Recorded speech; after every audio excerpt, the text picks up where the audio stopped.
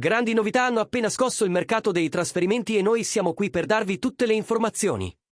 Ma prima lo sapete, vero? Lasciate un like, iscrivetevi al canale e attivate le notifiche per non perdere nessun aggiornamento sul Napoli.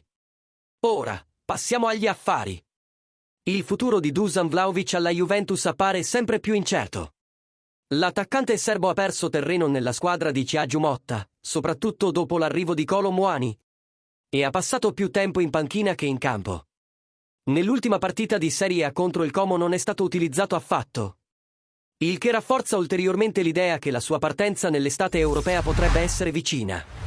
Il problema principale per la Juventus è che senza un rinnovo del contratto, che scade nel giugno 2026, il club rischia di perdere Vlahovic per niente. Secondo quanto riportato, il manager del giocatore, Darko Ristic, sta già setacciando il mercato alla ricerca di proposte che possano accontentare sia il giocatore che la vecchia signora. Il valore di mercato del serbo è sceso notevolmente, dagli oltre 70 milioni di euro investiti dalla Juve per prelevarlo dalla Fiorentina. Il centravanti è ora valutato tra i 40 e i 50 milioni.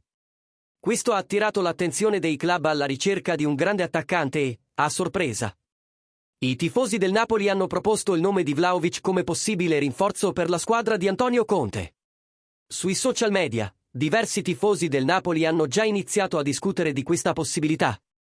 Vlahovic al Napoli sarebbe perfetto. Ha fame di giocare e Conte potrebbe trasformarlo nell'attaccante letale di un tempo.